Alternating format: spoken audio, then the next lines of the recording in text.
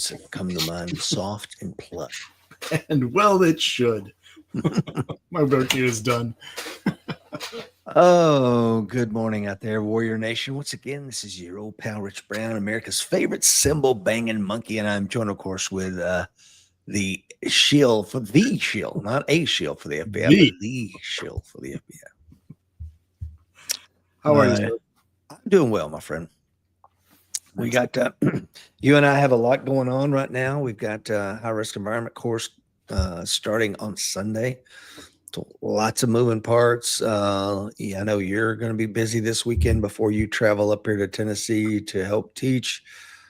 I, of course, I'm looking at a note page full of to-dos to get ready for everything. So I'm very excited though for the course. Yeah, I am as well. It's funny that my list of things have all kinds of items on it, not the least of which are direct orders from the wife to clean the kitchen and wash the car. So I'm right there with you, buddy. Although I don't have to haul all the things that you're going to be hauling this week. Yeah, man. It's funny. Our lists are the same. Lisa did a deep clean on the kitchen yesterday. I mean, like took everything off, cleaned everything. And I was at the car wash for about an hour just detailing the car because I knew that a lot of you guys would be riding back and forth between the range and the classroom and stuff. But yeah, it's Southern women, right? I mean, when the cleaning lady comes to our house, my wife does a deep dive clean before the cleaning lady gets here.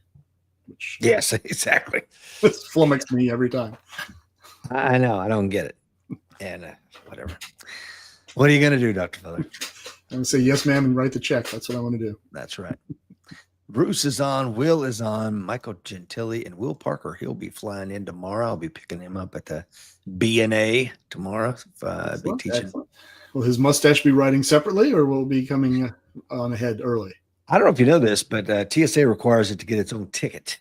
I'm not shocked. I'm really not. It's just the imagine it going through and getting wanded or a pat down. I know it definitely will have to go into the back room where they do the spectral pat downs. Will says would love to be there, but special projects at work keep me from making it. Well, hopefully we can. Hopefully we'll do another one next year, and those that missed out this year can join us. Don is on from Northwest Montana. Will is laughing his rear end off. I'm glad you joined it. Guys, you're going to say, Rich, you got a lazy topic this morning. Are you really going to talk about the Second American Civil War again? And you're asking AI to tell you what? Yes, I am. And I'm going to tell you why. Because I opened Fox News this morning. And, of course, Fox has got their panel of talking heads. Some people should not be talking on television. I'm going to tell you right now, they got no freaking business. One of them was a young lady who Joe Rogan was asking somebody about, forget who the academic was he had on his show recently. I think it was Tuesday. And he said, are we closer to civil war? Because it feels like we went from maybe a 40% chance to like a 70 or 80% chance given. And he listed a set of variables. And the talking head on Fox this morning said, that's reprehensible that a podcaster with his bandwidth would even make such an act. I'm like, what are you talking about? It is his responsibility to me in media to have these conversations if he feels warranted, which he did because he enumerated the reasons, right, Dr. Fuller? Yep, exactly. I mean, look, you can't solve a problem, as we say constantly on the show, if you can't talk about the problem, if you can't name the problem. Everybody went bananas when the Obama administration wouldn't say Islamic extremism. Right, because it was Islamophobic, which is a word that is rapidly rising in my words I hate in the English language. Mm-hmm. If you can't talk about it, if you can't define the problem, then you can't discuss the problem. You can't perhaps solve the problem before it comes to pass. I mean, I think we should all be on that same sheet of music as far as stopping a second civil war. So put the harsh light of day on it, right? As you often say, there's no disinfectant like sunlight. So talk about it, kick it around, talk about why it won't happen, why it's a bad idea for it to happen, why it shouldn't happen. What happened, and then address those causes. And what's funny, you say Islamophobia is fastly becoming one of your most loathsome. Same here, but she went on to say the second most thing that I can't stand, Dr. Fuller. She said, number one, let me get this out of the way. I had horror violence in all its forms. There was never, ever, ever a reason for violence. Never. And I mean, she just bang, bang, bang on that drum. And I'm like, please, somebody jump on this woman and enlighten her. Of course, nobody did. They're like, oh, yeah, it's yeah. Clutching of the pearls, to quote Dr. Fuller. And I'm just like, oh, guys, well, this is how we get into these problems. Like you said, one, when we don't address them directly, can't even enumerate what they are, and then two, we don't have thoughtful discussions on it, because I think none of us want to go there, and all of us are looking for an off ramp. And I think back, there's a quote from the Civil War, and I'm going to butcher it, so I'm just going to paraphrase it. I'm not going to try to get it anywhere near right, but there was I think it was a writer that said, South Carolina is too small for its own republic and too big for an insane asylum, when they were talking about South Carolina's intent to secede. And I thought that's a very apt quote, to say, like, hey man, they're too tiny to think they can have their own nation within the United States. And number two, they're freaking mad down there. But remember, the first talk of secession had nothing to do with slavery. It was over tariffs in 1830s.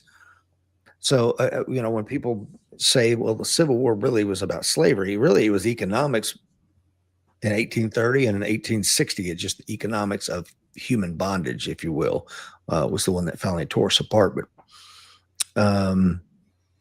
well, I've managed to irritate a lot of my more liberal friends by simply pointing out that they're more comfortable with violence than I am. And they always look at me like, what? You've lost your mind. I'm like, no. I said, you're willing to use the state's monopoly on force, when I see, to make me do things, to take things from me, to forcibly redistribute things. When I see a problem in my community, the first thing I think is, okay, like any liberal person would think, let's help those people. Right? We don't want to see people starving our communities, but I'm more of a, let's get the church involved. I'm not a religious person. Let's get our local community involved. Let's do some volunteer work. Let's do a call to action. Let's get people moving. Whereas a liberal person, in my experience, not all of them, of course, but a lot of them will say, we need a government program. I know, right? We need to get the government in here. The government's got to fix this. The government's got to come take care of this. And how's the government going to do this? Well, they're going to come in, they're going to spend money. Where'd they get the money? Well, they told me I had to pay the money, and we're going to throw on a 2% tax, and so we can pay for this. And if you don't pay it, well, what's going to happen? Well, the state's going to start ratcheting up the force to make you pay it. Yeah. So if you're really going down that road, you're much more comfortable with the state-sponsored use of violence than I am. And oh, by the way, used to be a tool of that state-sponsored violence, right? Yeah. Spent a career doing it. You and me both. You and me both. So. I think I can have at least an informed opinion on this topic. And if you don't kind of get people together and discuss these things, then you see this widening gap. You see an inability to have these conversations, an inability to even talk about these problems.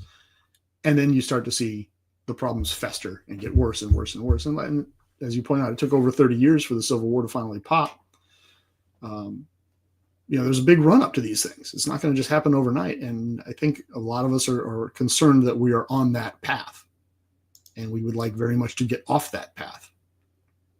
Yeah, I agree with you. It's, it seems like we're on that path, and I definitely want to get off of it. I'll welcome some folks on here. Tony is on. Good morning from Rhode Island. We have another Tony on this morning, but I think he's in Georgia. So good morning, folks. And Tony, if you would please put links to your freeze-dried food. I think this topic, of course, would lend itself to the things that you provide. John Shriver is on Yukon, Oklahoma. Our good friend Doug up there in Columbus, Ohio. Hope you're staying safe this morning. Doug is coin number 78. He is definitely an OG, one of the first 100 plank owners. Mark is on from Ontario, Canada. Michael Gentili says, isn't that human nature?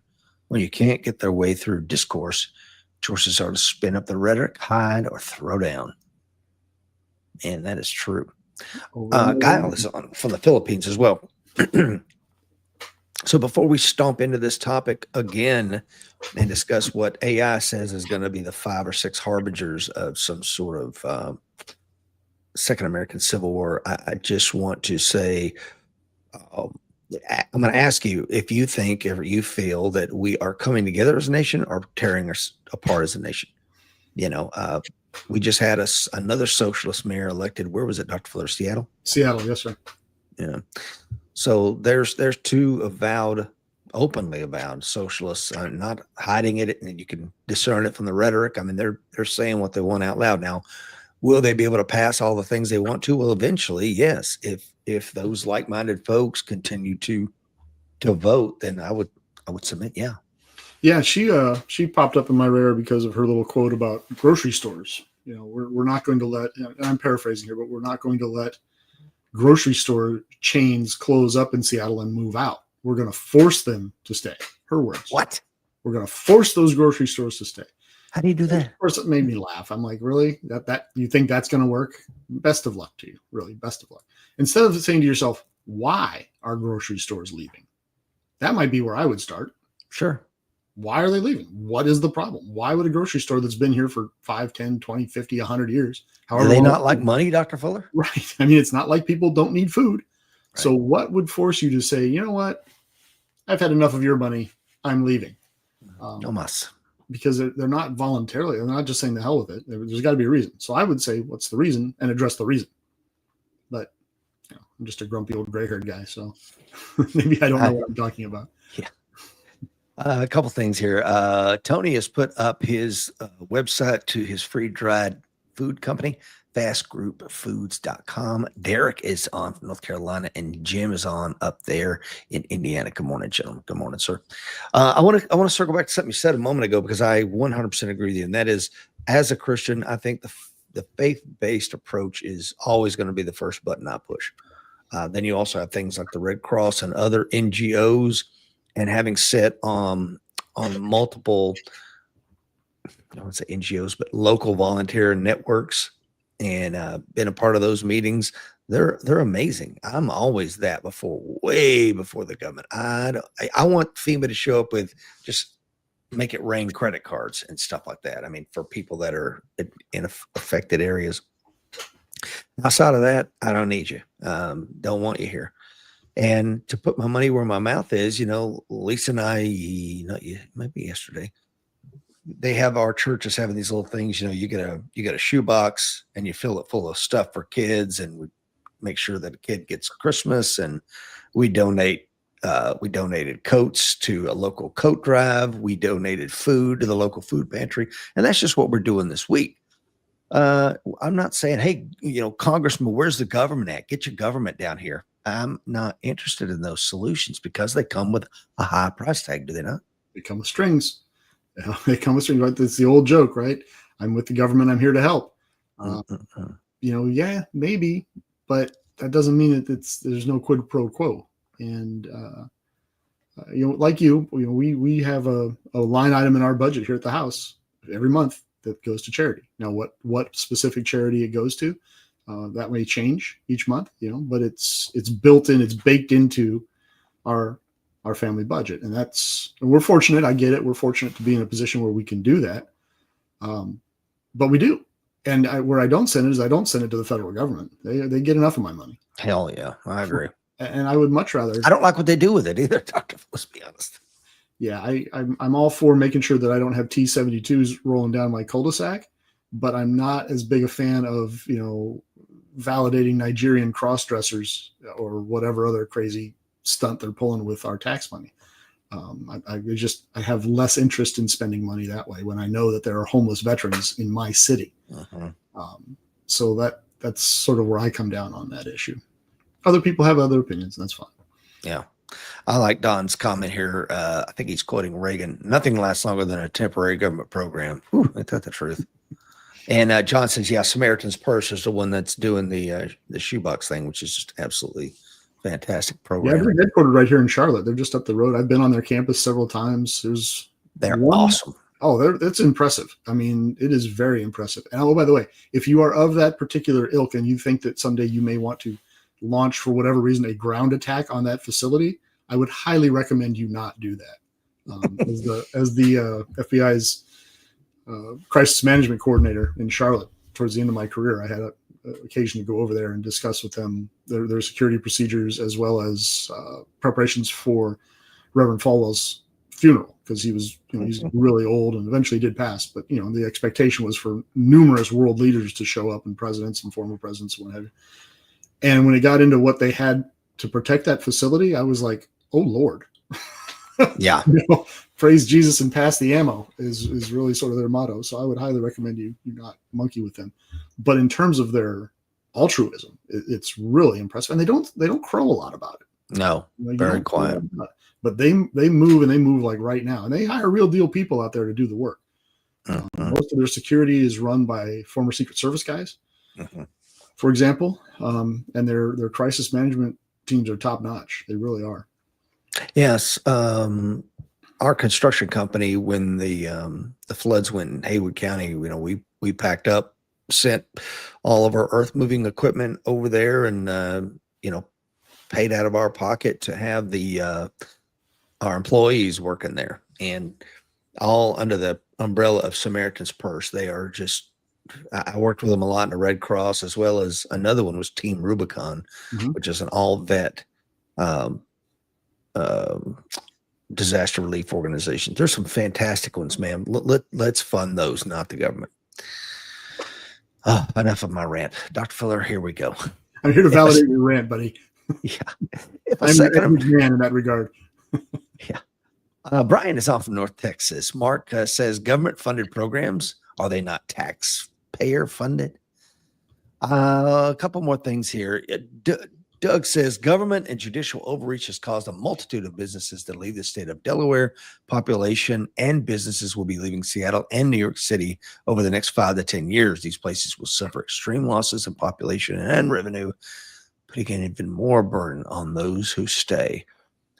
Gold member is on as well. Yeah, man. Is he right? I mean, isn't that just going to, like he said, it's going to put a huge burden on those that do decide to stay or that can't leave? Right. I mean, True. You're fortunate that you had a place to go to in a good state. Right. I'm fortunate that I was able to vote with my feet. I mean, I'm a Californian born and bred, and I left in 1990 and haven't been back. Yeah. But some people aren't in that category. Perhaps let's say if things dramatically changed in your state, you're kind of anchored there for a while. And it would take a significant change in situation for you to leave. Other people. I'm a 7th generation Tennessean, man. We've been in Tennessee since it was North Carolina. And I'm just a Western territory on the other side of the mountain of North Carolina. So yeah, I'm going down with the ship here. Right. And but some people are just, they financially can't afford it, right? Yeah. They can't. So he's right though. The people that can vote with their feet are going to. So I would expect that New York is going to see a massive drain in higher income folks, people that have the option. And they're just going to motor on down the road. I mean, honestly, just leaving New York City and going to Pennsylvania would make a huge difference. Just huge, fast, massive difference in your bottom line. Yeah. Pennsylvania is just up the road. I have friends that used to work in New York City and commute from Pennsylvania. So, but let's be clear, man. There are great parts of Pennsylvania, and then there's Philly. Right. And the broken glass capital of the world. Yeah. My God, what a mess. Yeah. So, but yeah, I agree. I mean, there's a reason I live where I live. True. It's that simple. And if you have the means, I highly recommend it. Yeah, no doubt. Jeff says that was always Charlie Kirk's message. Taking care of the community should fall to the church, not the government. Yeah, agreed, man. Agreed. I always get concerned when I start hearing church leaders calling for government intervention. First thing I do is look a little sideways at them. Okay. And I'm like, what are you doing? You don't want them stomping in your mud puddle, man. Trust me. I mean, if you're out there with your church and you're overwhelmed and then you ask for help, that's one thing. But if you're just standing there screaming, government come help, but you're not actually doing anything, I have less time for your perspective. Okay, I'll give my personal anecdote and I'll try to be real quick. The churches that we partner with when I was with the Red Cross were phenomenal at letting us use their space to set up shelters and stuff like that, family reunification points and all these other kind of things. And they will do the same in the large scale disaster. And they may even do the same if we go to another civil war, because that's what they were in the other ones, whether it was the Revolution, which I consider America's first civil war, or the actual War of Northern Aggression in the 1860s, or in the leftist war that may be coming down the pike. Slightly tongue in cheek, but only slightly.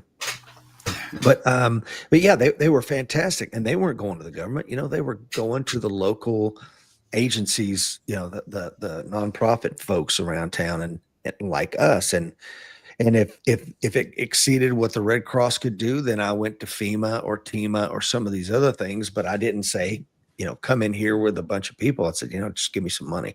And the government, for their ilk, was pretty good at, okay, I can pull it out of this pot of money. We'll get it from the Department of Agriculture. I don't give a shit what part of my French, what part of money you get it from. I just need money that I can funnel to help these folks. You know what I mean? Oh, absolutely. I mean, the metaphor I use is, are you going to stand there and say, government, drive that nail? Or are you going to be down on your hands and knees and say, hand me a hammer? Right. That's really kind of the differences in the perspective. And I'd rather be the guy saying, give me the hammer, not, crowing about drive that nail. Why didn't you put up that board first? And, let's help people first. And you can point fingers, have all your meetings and point your fingers later. Yeah. Let's see. Giles says the government and the church, they will never really get along. That's just my personal opinion. No, and they really shouldn't. I mean, think how terrifying that would be if they were in lockstep.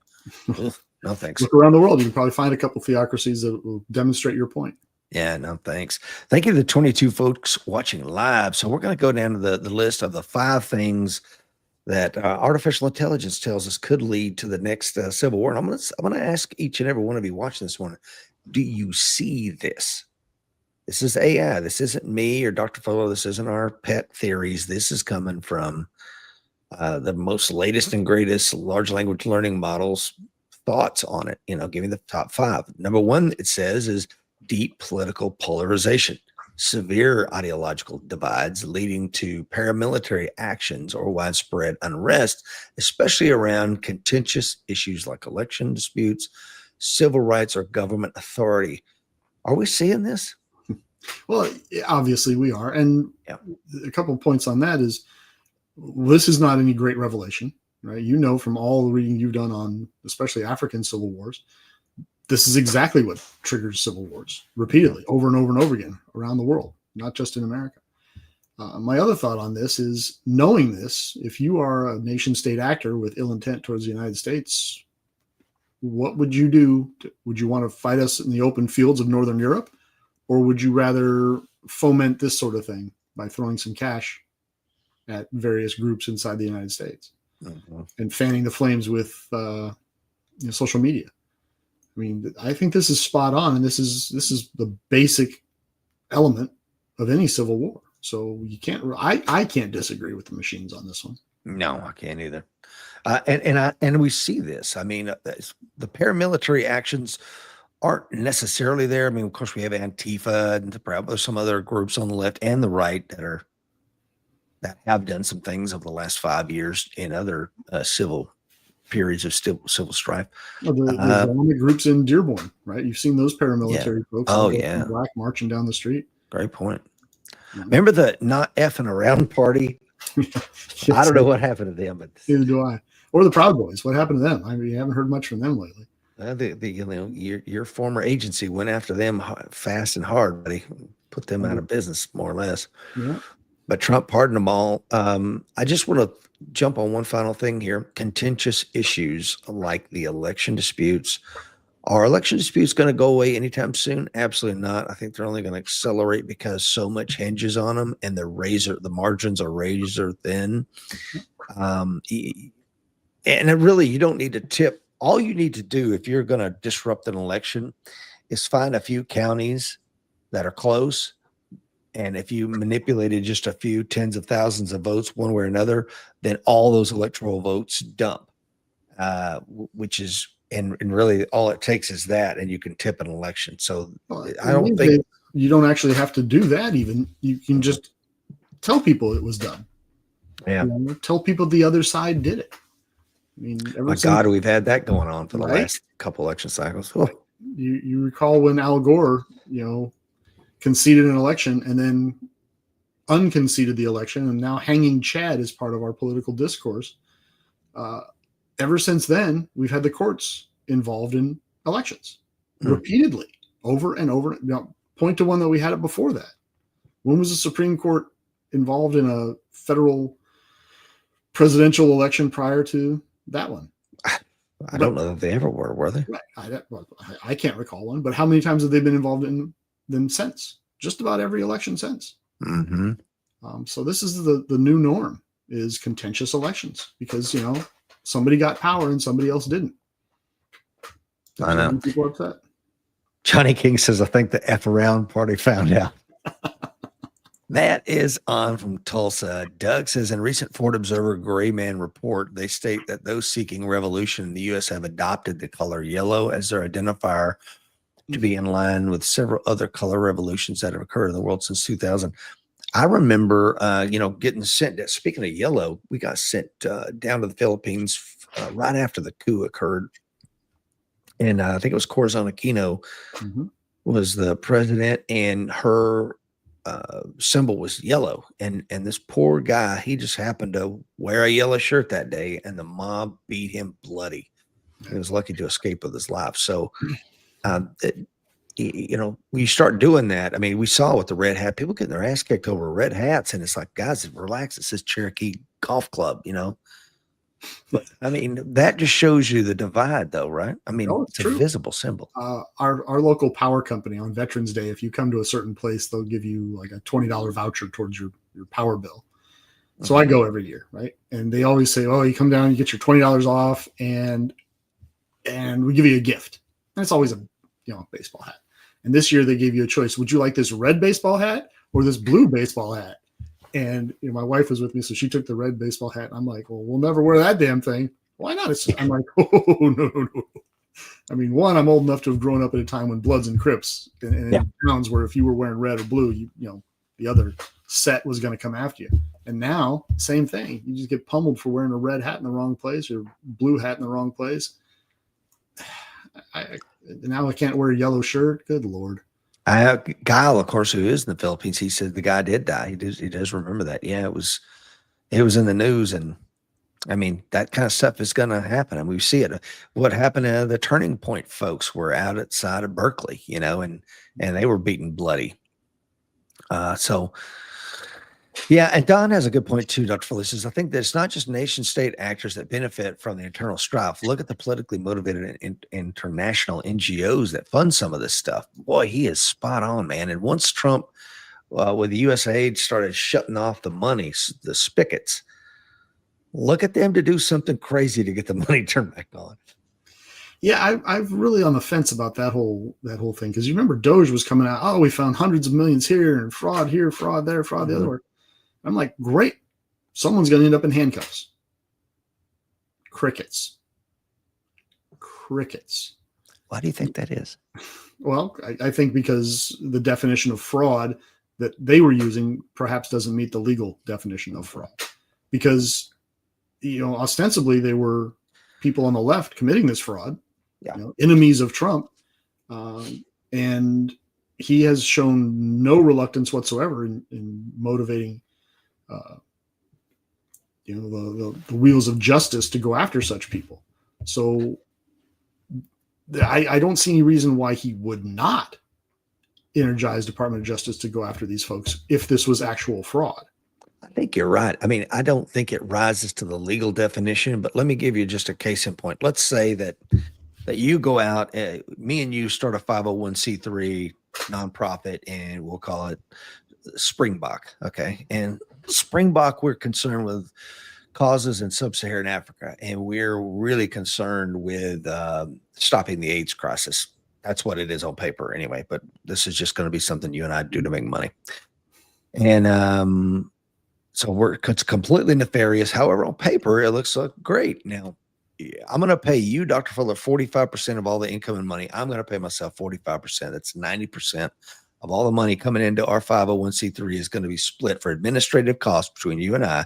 10% of it's going to go to stop the AIDS crisis in Mozambique. We file the paperwork. We get the $100 million because somebody owes us a favor, or we owe somebody a favor, what have you, and we need to kick back to them. We get it.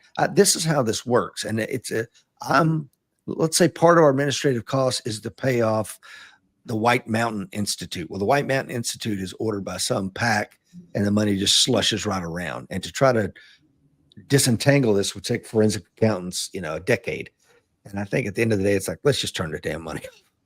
So it's awful but lawful. So my question then is, I think you're absolutely right. I think that's precisely what's going on. But then my question is, why aren't we changing the laws? You 100%. Have control of Congress. You have the White House.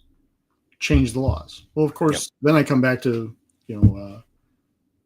President Trump's famous quote when he was campaigning and was debating Hillary Clinton. I know this is how the taxes work because I do it.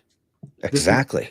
So of course the right isn't going to turn it off because there are programs like it that they benefit from, and the left isn't going to turn it off because there are programs like it that they benefit from, and they're spending our money, not spending their money. I mean, that's my point. That's the grift, right? The circular money funnel. How you go in there making $100,000 a year, you come out $100 million richer, and you've got generational wealth for eternity because of the things that you're involved in. And a lot of it is, well, the White Mountain Institutes, I did some consulting for them, and I spoke at their annual gathering. Really, well, there's a gathering of 3 freaking people in a back room. And what did you do with that? $500,000 for an hour? Yeah. Yeah. And what did you do with that $100 million that we gave you to stop AIDS in Mozambique?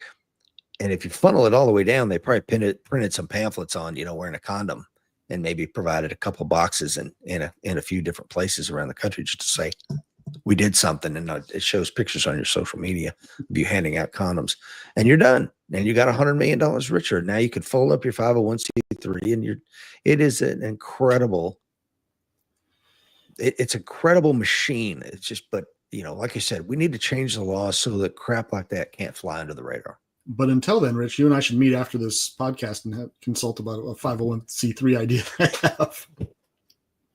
I mean, it's simple to do. I mean, and if we'd hire a couple of grant writers who are really good at their craft, and it's a done deal. I mean, that's how. Is only a problem if you have it, Rich. That's really what it boils down to.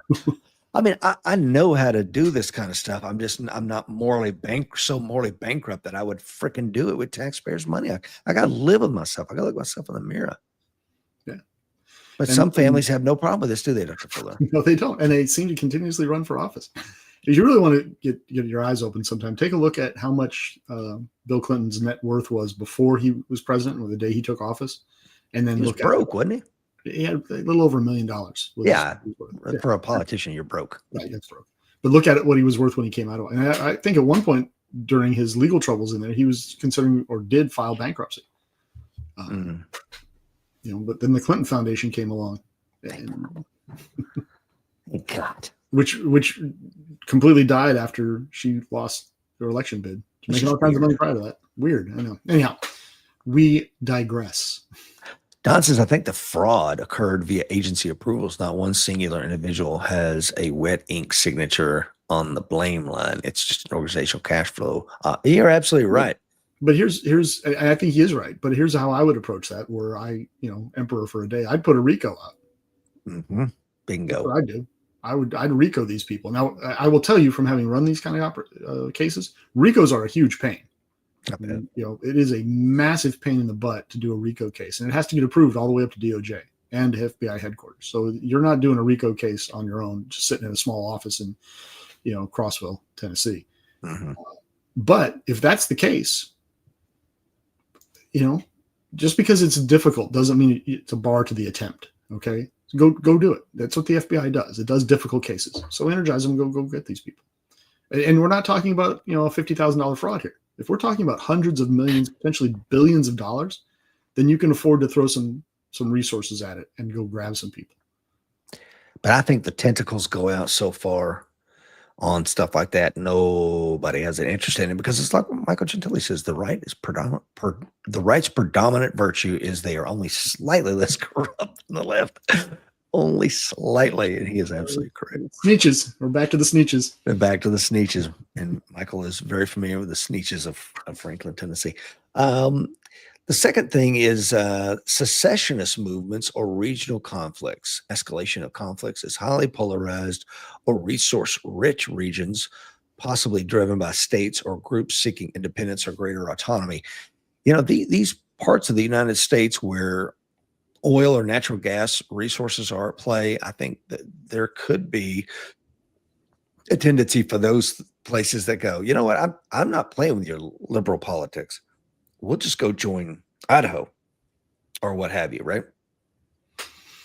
Yeah, and seeing stuff like this, because I always hear that the liberal states are going to go do our own thing. We're leaving. And I'm like, wait. Other than California, you'll starve.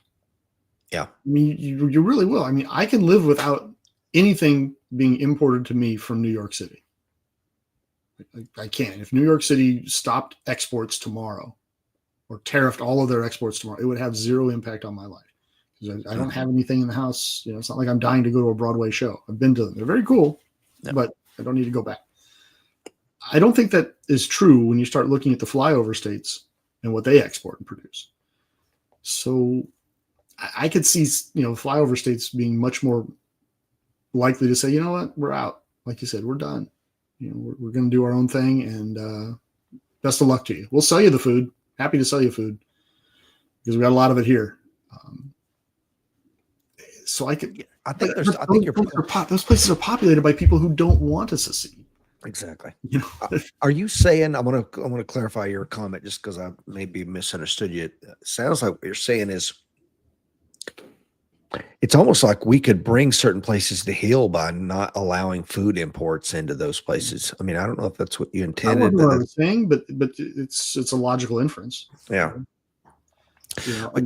But of course, then you're going to have federal involvement in that because the federal government's not going to allow you to starve out Chicago because they pissed you off. They're just not going to let that happen. No, I agree with you, but if you did want to bring something to heal, you go like, hey, no, nothing's coming in.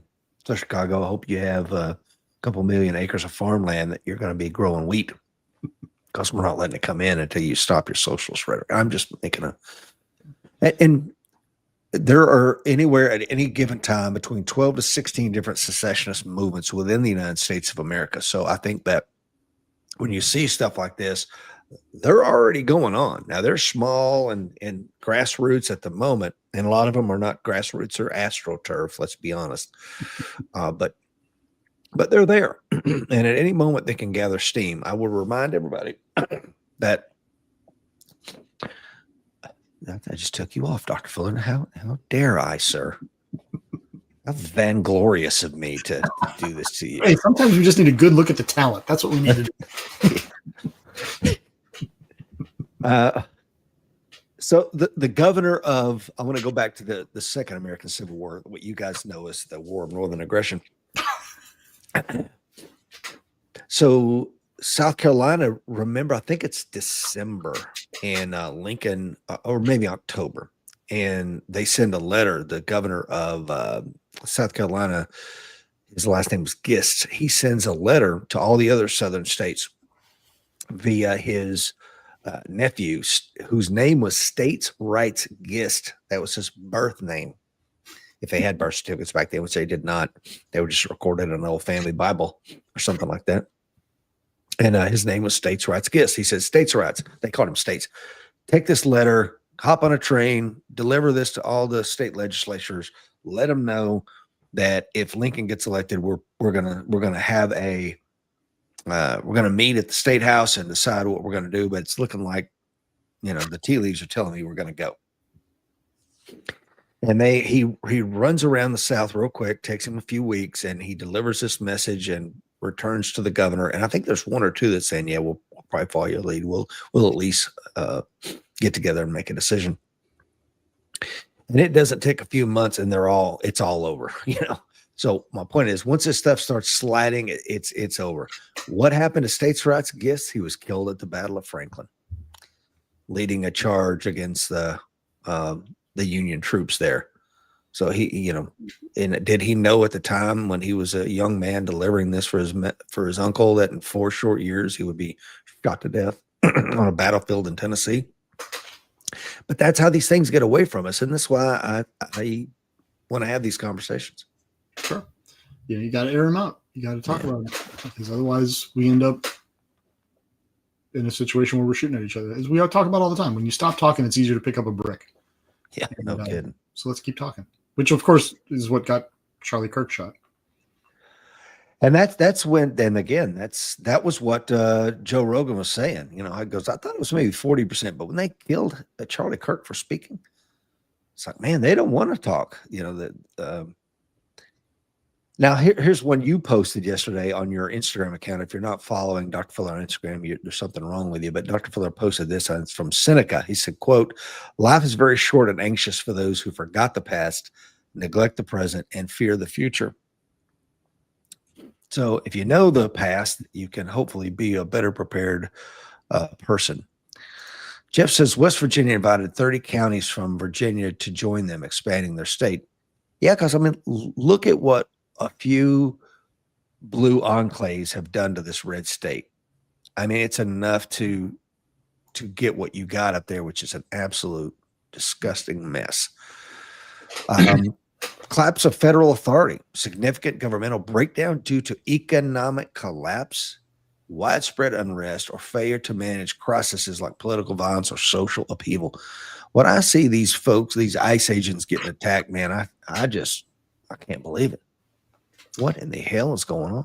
Yeah. Well, I mean, we've had the better part of a decade of media and social leaders on the left of the aisle whipping people into a frenzy, and a lack of civics education for people, so they don't seem to understand sort of the order of how things work in the federal system. You know, and just because your local police department will put up with your shenanigans doesn't mean the feds will.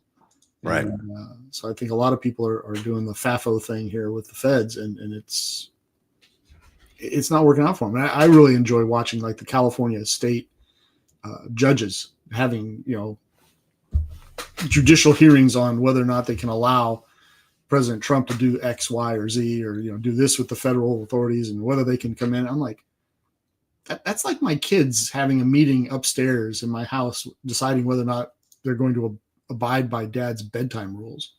I mean, it's okay. You can have your meeting, but you have no standing. Right. And so we see this breakdown, and like you, it worries me about the larger meaning of these things. If people are out here doing these things, this is not Nazi Germany, right? We're not loading people onto trains and sending them off to the gas chambers. They're going out and they're getting people that probably shouldn't, well, that definitely shouldn't have been here in the first place, but definitely ought to go home, and they're sending them home. Okay, I get it. That's up to you, but go vote and change the laws. It's like, and then you have California saying they can't wear masks and all this kind of stuff. It's like, look, guys, there's something called the Supremacy Clause in the Constitution, Article 6, if I remember correctly. You might want to go and read that because it is binding on states to understand that there is a hierarchy of law here in these states united. So I don't know if they're just doing it for votes. I don't know. They're pandering the base. What are they doing? Is it performative, or is it? I don't know. It's probably a little of both. There's probably some useful idiots that are true believers. But some people just don't know, Rich. They really don't. I had an uncomfortable conversation with a police officer one time that I was doing an investigation at a airport. And I was like, look, I got to go back here and do this and this and this. And he's like, yeah, you can't do that. I'm like, well, I absolutely can do that. Watch this. We kind of went round and round about it. And he's like, well, I'm not letting you do that. I said, okay, that's fine. I said, but understand that I'm going to arrest you. And now he's like, wait a minute. And he's a uniformed police officer. He's like, you're going to what? I said, look, I don't want to do this. I said, that's not, but what do you want me to tell you? Let's get your lieutenant on the phone. Let's get cooler heads in here, because the way you think this is going to go is not how it's going to go. And he was a nice guy. We ended up being friends until he passed away last year. We were great friends for years. But it was an uncomfortable conversation because he honestly believed he was in the right and had no idea. No one had ever educated him on the topic. So there are people out there like that they're true believers, and they really think that what they're doing is right and proper and legal. And then they get shot in the face with pepper ball, and then they realize, well, maybe it's not. That's great. There's a case where are you familiar with the OST, part of the Department of Energy? Office of Secure Transportation. Oh, yeah. Yes. Yeah, they're the ones that, for those that don't understand what they are, they're part of DOE has this thing. The Department of Energy has NNSA.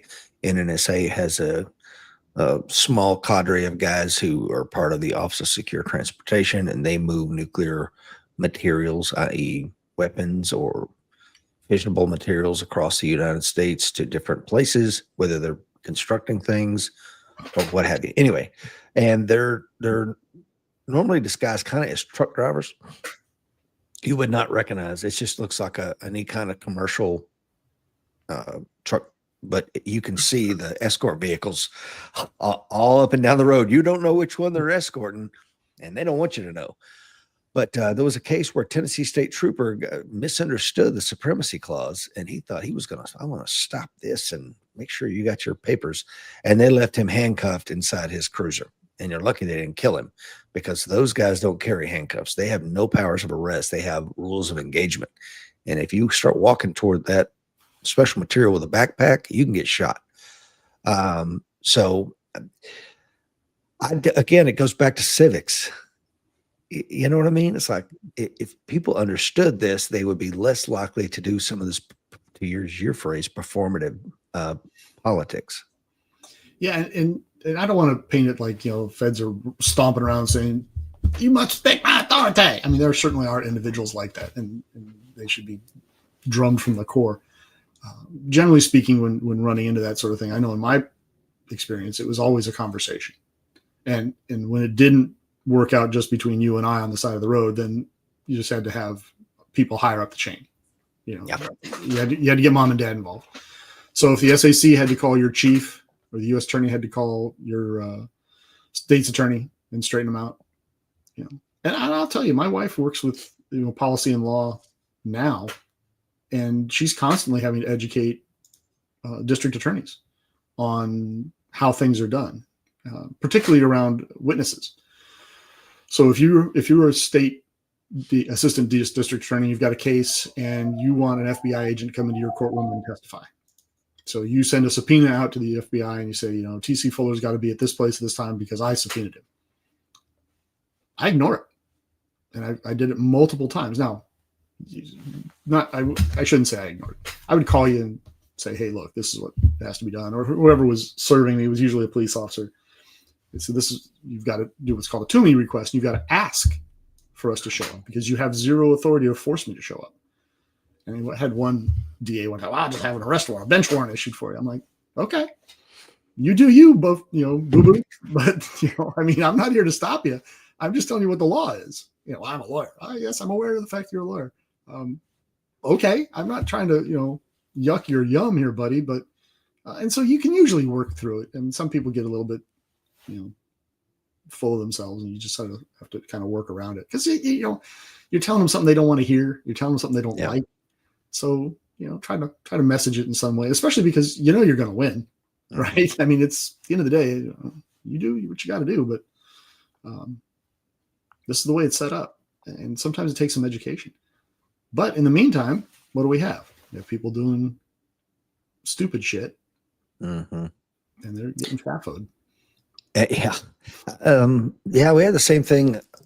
Part of my job at the 6th Marine Corps District was I was in charge of the Marine Corps High School and Community College program for the entire Southeast. And of course, it's farmed out to the executive officers scattered around the southern states. But I always set the milestones and what have you. And then if there was an issue with the school not letting us get in there, I could advise them of the Solomon Act. And I'd always be like, hey, look, work it out at your local level. Because when it gets to my level, I'm just bringing lawyers in, I'm not going down there and glad handing anybody. That's your job. And there was only one time where it rose to the level of, hey, man, they're just not going to budge. I'm like, okay, well, I'm going to get what we need from this school, but it's going to destroy any relationship you're ever going to have because I'm swinging a bat, called the Solomon Act. You know what I mean? And they're going to hate you guys forever, but I'm going to get what I need. Like, okay, well, go ahead. I'm like, all right. And true to form, they coughed up what they were supposed to cough up via the law, but they were unwelcome to the military ever again. I had a case where I had a chief of police wouldn't give us information that we needed. And, I talked to him. I was still a fairly new agent. And I went back to my boss and said, hey, boss, he's just not cooperating. And my boss called him and had coffee with him, took him out to coffee, and they sat down. And, my boss had been around that office for years, knew the guy personally.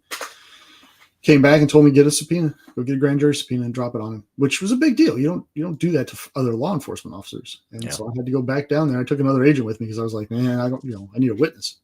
And I subpoenaed him, and he showed up at the date and time specified, because I had to tell him, look, if you were not at the court at the date and time specified, a warrant will be issued for your arrest, blah, blah, blah, blah. He showed up, and right before he walked into grand jury, he told us what we wanted to know. And I'm like, come on, man, is this really necessary? Yes. But in this heightened political environment that we're in, that kind of thing could turn ugly really, really fast. And push it back 4 years. I mean, we were all cheering for the sheriffs that were saying, I'm not going to enforce this gun law. I'm not going to enforce that law, right? So when they were our guys doing it, we were like, okay, all right, stand on principle. Now it's the other guys doing it, and we're less inclined to applaud their efforts. But well, if I may, because as you say that, I go, man, he's totally right. And it makes me pause. I would only throw in the caveat of part of the supremacy clause is that it must be constitutional. True. You can't just do whatever can't just be whatever, carte blanche. So in this case, I think that the sheriffs were standing on the Constitution. So in that case, I would say they have a moral stance more than a performative one. Am I correct in that? I would say from our perspective, our shared perspective on this issue, I think I agree with you. Yeah. And I think also there's a difference in violence levels. Right? Yeah, true. There's a lot less violence going on about defending the Second Amendment. But I think that we should at least recognize the fact that whereas we can see, the virtue in our people doing what we think is right, we should at least recognize the fact that there are other people on the other side of the aisle that see the virtue in the actions that are taking place now. And if we don't have these conversations, then we're not going to bring these two people like us with people that are our mirror image, if you will, on the left side of the aisle. We're not going to be able to have these conversations. And then people start picking up bricks. So, I think it behooves us all to keep in mind that, nobody's the villain in their own story, right? No, everybody's the hero in their story. And that includes people that we disagree with. Goebbels, Goering, Hitler, all of them never saw themselves as a bad guy. Isn't that funny how nobody thinks that they can rationalize anything? Well, I always laugh that, both sides of any war invoke, God. Yeah. And when you have two Christian nations, both sides are having prayers, both sides have chaplains, both sides, God is on our side. Gott mit uns, right? Yep. I mean, everybody's a hero in their own story. So recognize that's what you're up against. Matter of fact, buddy, I just got I forget where I was if I go into a bookstore, I could be there all day. Yes, I'm sure you probably could too. And I found one. I haven't really started reading it yet, but it's about, it's taken from the journals of these captured Confederate chaplains that are sent to northern prison camps, which is an interesting little historical niche. Like you're a Confederate chaplain, so you see the moral right of the Confederate cause, and you're administering to your flock inside a northern prison camp and rubbing shoulders with the other chaplains and then writing about it. And I thought it would be fascinating reading. So I'm looking forward to digging into that. I want to get to Tony's questions. I'm sorry I skipped over it. Tony says, serious question for the panel. Do you believe our government as a whole is as fascist as Reagan defined? And if so, when did it turn? I think it lends to today's topic. That's an interesting question. Yeah, I've always laughed about, especially fascism as it's being used today, because people don't seem to realize that it started out as a left of the aisle political movement. I mean, it really is. If you look at the basis of fascism, what it's all about, and it really is a very left of center political perspective. Do I think our government is fascist as defined by Reagan? I don't, but I think that Reagan would be spinning if he knew how big it is and how overarching it has become. We're not quite a nanny state yet, but we're certainly well down that path. We're certainly more of a nanny state than we were in the 80s. And I think that would give him great pause. I mean, he was always a small government guy, at least in his rhetoric. And our government just continues to grow. It's like this never. It's a Hobbesian Leviathan, if you will. It is precisely a Hobbesian Leviathan. That is exactly what it's doing. And it's just, like a juggernaut, it's rumbling down a hill out of control or basically out of control.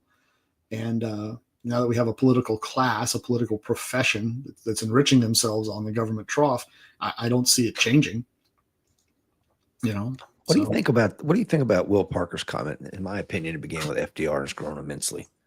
Yeah, FDR, an argument can be made for that. Absolutely. And if you look at the last 100 years of the evolution of our government, it's taken off, right? I mean, our government was fairly small, and we weren't a superpower either when FDR took over. So there are a lot of responsibilities that we have adopted by becoming, arguably the sole remaining superpower.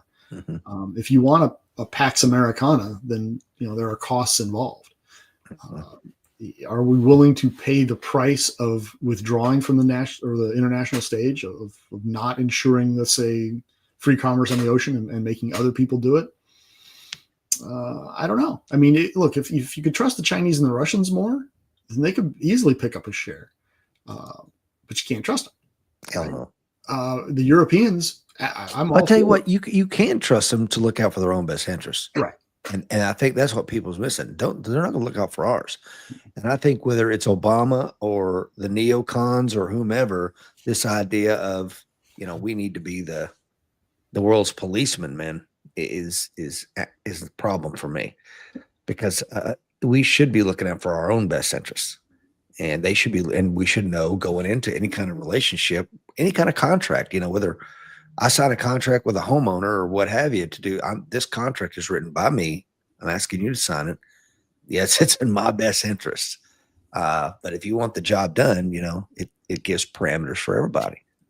And I think I agree. But if we ran, let's say, the oceans, just as one thing, only in our best interest, I think it would make it a lot easier for the Russians and the Chinese and others to rise up and crush us for it. Well, but again, a lot of people don't know Pax Americana is a stable state of peace based on American supremacy, as I understand it, right?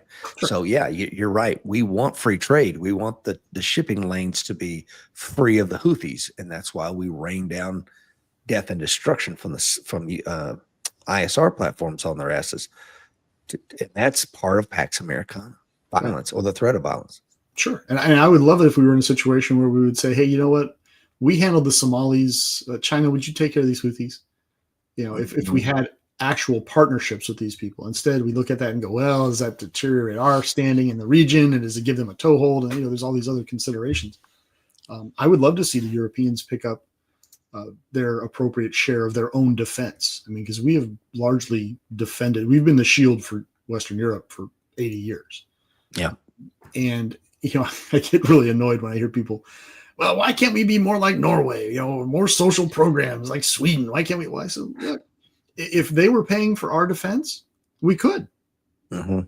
If we could just abdicate our national defense and let the Swiss handle it, then yeah, we'd be able to. The size of Florida, for God's sake. That's another thing these people don't understand. We have cities that are more populous than these entire nations. Certainly have states that I think I live in a state that has more people in Norway.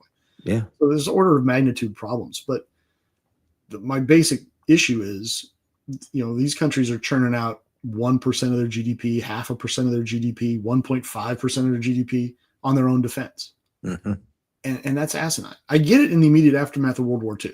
All right. They didn't have the money. They didn't have the economies. They needed to rebuild Europe. And who did that? It wasn't the Chinese. Marshall Plan. Right. It was the United States. So I think we have the moral high ground here to say, okay, guys, we took care of you when you were little. Now you're on your own.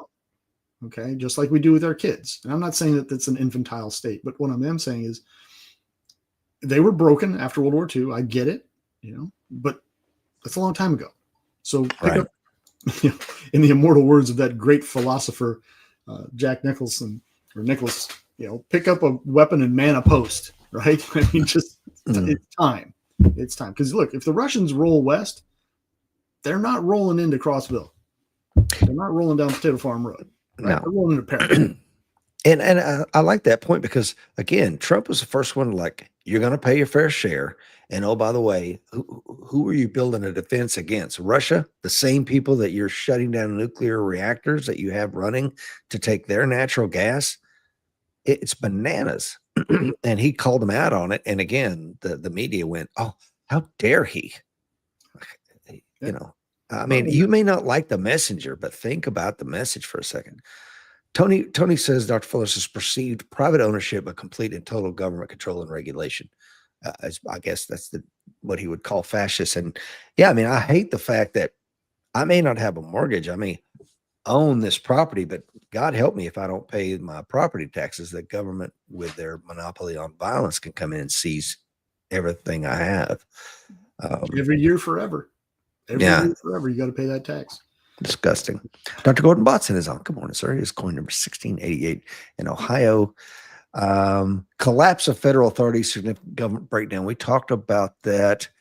Violent clashes over social or cultural issues, heightened tensions from protests, racial or religious conflicts, backlash against government policies could escalate into sustained violence. We've seen periods of it, but sustained, I don't think we've seen sustained yet, and I hope we never do. Yeah, not yet. I mean, they haven't cracked the logistics code, right? It takes a lot to keep an army in the field. Yeah, you know, it really does. As they found out, you know, when they took over parts of, what was it, Seattle or Portland that they took over? Seattle, wasn't it? Chaz and Chop. That, yeah. You know, they found out, hey, you know, it's easy to get them bullets. It's a harder thing to do to feed them and to take care of the excrement in this camp that they're in, and to, you know, deal with a homicide. Remember when the Columbia protesters wanted to be fed? Remember that? Yeah. Like, the university, we're paying for food. They need to bring it in while we're occupying their facilities. I'm like, it's a bitch when reality collides with your philosophy, isn't it? Mm-hmm. You know, but you have these preconceived notions, and the world's got to change to your preconceived notions. Never will you consider the fact that your preconceived notions might, in fact, be wrong. Right. Let's see here. I think this might be the last one, Dr. Fuller. Cyber warfare and disinformation could be a leading cause here. Coordinated cyber attacks or disinformation campaigns that destabilize institutions or incite unrest leading to physical conflicts. Tell you what, man. I think I sent you pictures of the Aurora Borealis here in Tennessee. We went to Alaska a couple years ago, above the Arctic Circle, trying to find the Aurora Borealis, and then here it arrives in Tennessee, right? So why am I saying that? Because the Carrington event is still on the table. And that solar storm was almost big enough to cause, I mean, as it was coming in, I think there were a lot of people kind of holding their breath. Well, can you imagine in the midst of all this stuff going on, and then a Carrington hit that is completely, you know, it's not political. It doesn't have a side. It's just nature being nature. And we'll take sides and we'll blame each other for it. Oh my gosh. This wouldn't have happened if it weren't for, you know, the Republicans cutting this funding. And this wouldn't have happened if we hadn't strayed from the true path of the one God, or, you know, if we were still praying to Olympus, this would, you know, I mean, someone will come up with a reason to blame somebody else. We need a golden calf to protect us. Right. Let's get that golden calf out here. It didn't work out last time, but that's because it was not done properly. We'll do it the right way this time. So what's interesting about this list, though, that we've gone through over the last hour is you don't even have to squint real hard to see all these things happening. Exactly. You know? Here they are in retrospect.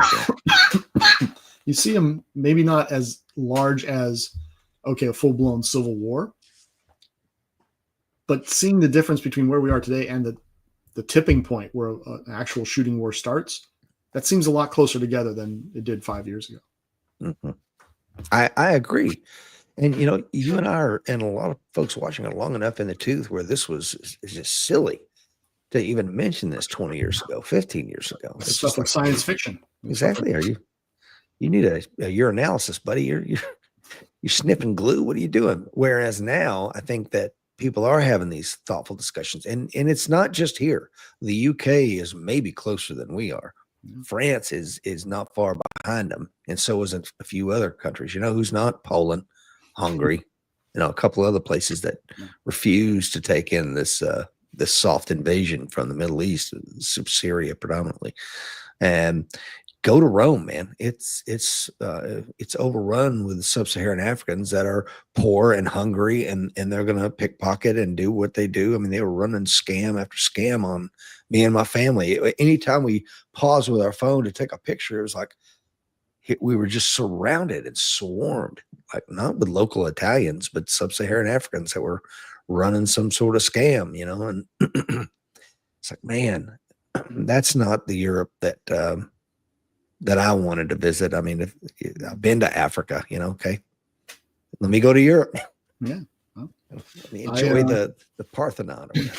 Yeah. And you feel bad for them, but at the same time, you guys did this to yourselves. Yeah. And it sucks that, I may never get to Vatican City because I don't want to go through that. I know. I may never see I've been to Italy, but I've never been to Rome. So I may never get to Rome. That's a shame, man. But I mean, it's a coming attraction. The more that, this is why we got to secure the border. You have to have a border or you don't have a country. Yeah. And I worry about the next time a Democrat's in office. Are we going to see a Biden 2.0? Are we going to see a doubling down of that policy? I don't know. Heaven has a gate, guys. Heaven has a border and walls and Marines guarding the streets of heaven. That's what it says in the Marines hymn, anyway. I think that's what it says in the Marines hymn. It's the gospel. But right. there's no border on hell. Is what I'm getting at. And so if you think about that, if you don't have a border, you will have hell. I mean, you'll have hell on earth because people that don't understand your culture, that don't value your economy, that don't pay taxes, that blah, blah, blah, blah, blah, can go all day long, is going to make it that way.